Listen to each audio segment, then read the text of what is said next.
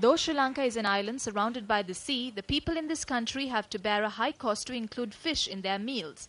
As the country does not possess big ships to catch fish on a large scale, by reaching out to the deep seas, this is being done with the usage of multi-day trawlers. There are nearly 3,000 multi-day trawlers which are being used in the fisheries industry. Out of this figure, around 1,000 vessels have been registered to engage in fishing in the Negombo Fisheries Harbour. However, around 300 vessels have been left aside and these do not go out to sea. On many occasions, the price of fish goes down when large vessels arrive. The repair cost for this vessel is more than 500,000. It is difficult to engage in this industry as a sufficient income is not obtained. There is an issue that foreign vessels engage in fishing in our maritime area and they come to our harbours and unload it, especially fish like tuna. It is according to their price that our fish is being purchased. Our fishermen are greatly inconvenienced as the price is low. These trawlers which have been abandoned need to be repaired if they are to be put back in service. Owners of these fishing trawlers pointed out that a huge cost needs to be incurred to renovate them and it is a better option to abandon these as they have no income owing to being out of the industry for a long time. According to the present environment, banks do not provide loans. The fishermen are in a pitiful state. Leaving these multi-day trawlers tied together is similar to folding the arms of 100 families, as it is not only the owner of the vessel who depends on it. Shouldn't steps be taken to at least get these boats back in service in the absence of high-tech vessels to fulfill the country's requirement of fish? Minister of Fisheries and Aquatic Resources, this is over to you.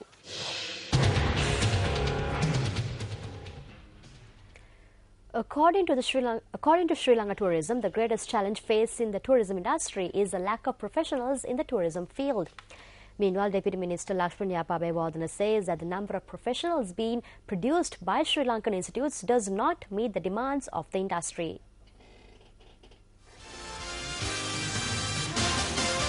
Governor of the Central Bank, Ajit Nivard Cabral, was the chief guest at the event held in Colombo last evening. During the event, it was also announced that Smart Media had won the Gold Award for the Worldwide Agency of the Year.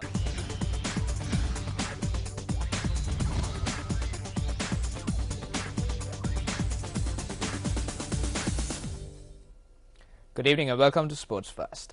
Day 2 of the second four-day match between the Sri Lanka A team and Durham is currently underway at the Riverside Ground in Chester Lee Street.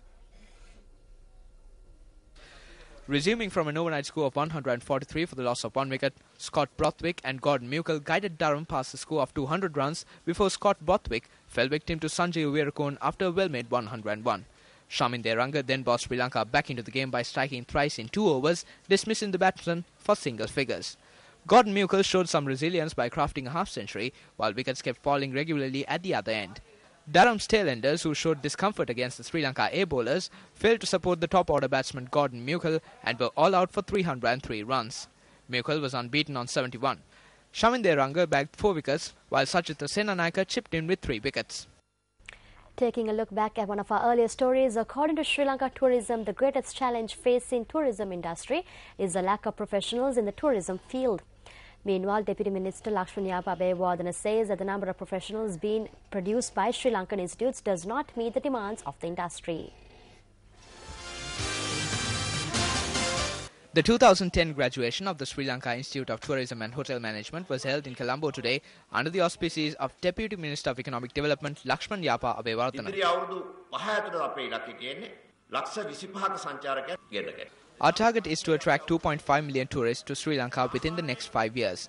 The average manpower required for a room in a 3- or 4-star hotel is 2.5. If the number of rooms increase by 40,000, then we must train at least 90,000 to 100,000 graduates. This is a big target.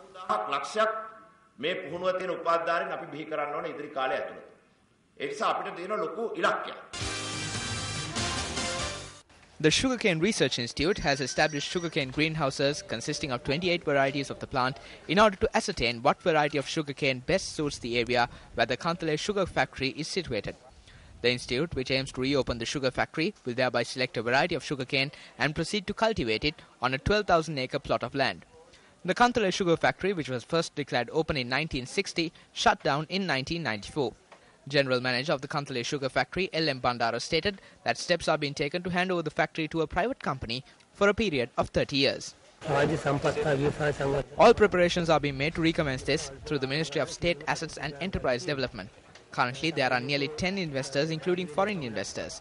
We are taking steps to select an investor and commence functions of the Kantale factory.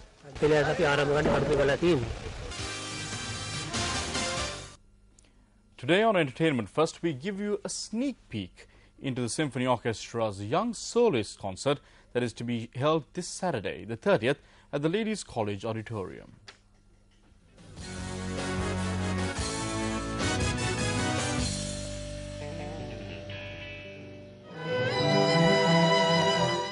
The Symphony Orchestra's Young Soloist concert, conducted by Ishant Piris, features outstanding young violinist Mandira Deseram performing Mozart's Violin Concerto No. 5. Mandira, who completed her degree at the University of Oxford with first-class honours, at present works professionally as a freelance violinist, appearing as soloist, chamber musician and orchestral violinist around the UK and abroad. When asked about the talent available in the Symphony Orchestra, Mandira had this to say. The Symphony Orchestra is really good.